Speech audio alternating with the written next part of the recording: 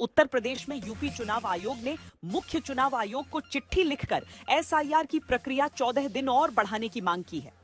वहीं आशंका है कि 2,91,00,000 नाम वोटर लिस्ट से हट सकते हैं, जो या तो अब जीवित नहीं है या फिर कहीं और चले गए या फिर डुप्लीकेट कैटेगरी में मिले हैं।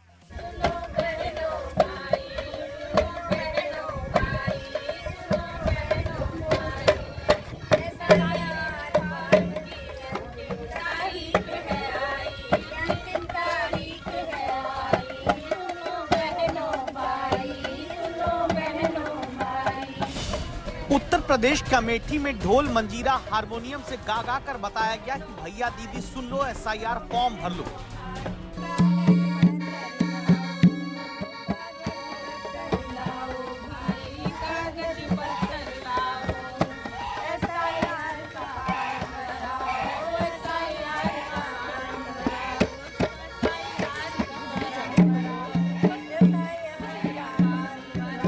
अमेठी में गाकर तो रामपुर में माइक से पता है एसआईआर का काम चल रहा है।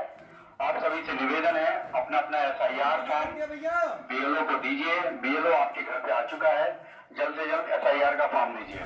कुछ इस अंदाज में अनाउंसमेंट करके वोटर रिवीजन वाली प्रक्रिया को लेकर जागरूक किया जाता रहा। अगर आपने एसआईआर का फॉर्म नहीं भरा है तो बीएलओ आपके घर के गेट के बाहर खड़ा है, जल्द से जल्द अपना फॉर्म लाइए और फॉर्म भरवा कर बीएलओ को जमा कीजिए।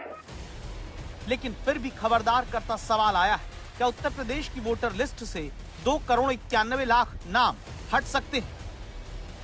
जिस उत्तर प्रदेश के कानपुर में दावा है कि 9 साल बाद 1000 किलोमीटर दूर से वो शख्स भी अपने घर लौट आया, जो कभी संपत्ति के विवाद में घर छोड़कर गया था। दावा किया गया कि घर छोड़कर गया सर्वेश नाम का शख्स साधु बन गया, जो अब एसआईआर का फॉर्म भरने घर लौट आया।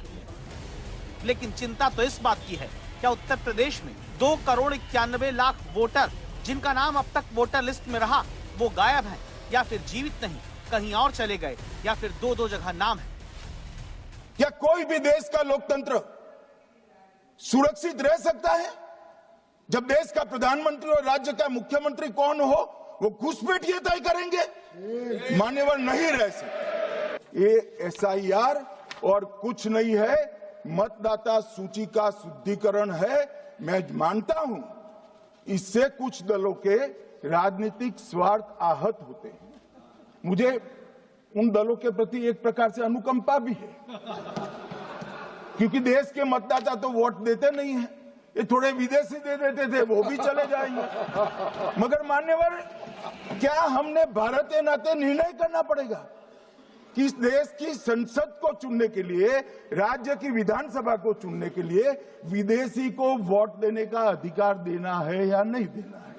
और मेरा मत है, मेरा विनम्र मत है मान्यवर, कि ये नहीं देना चाहिए। एसआईआर पर ही चर्चा करें।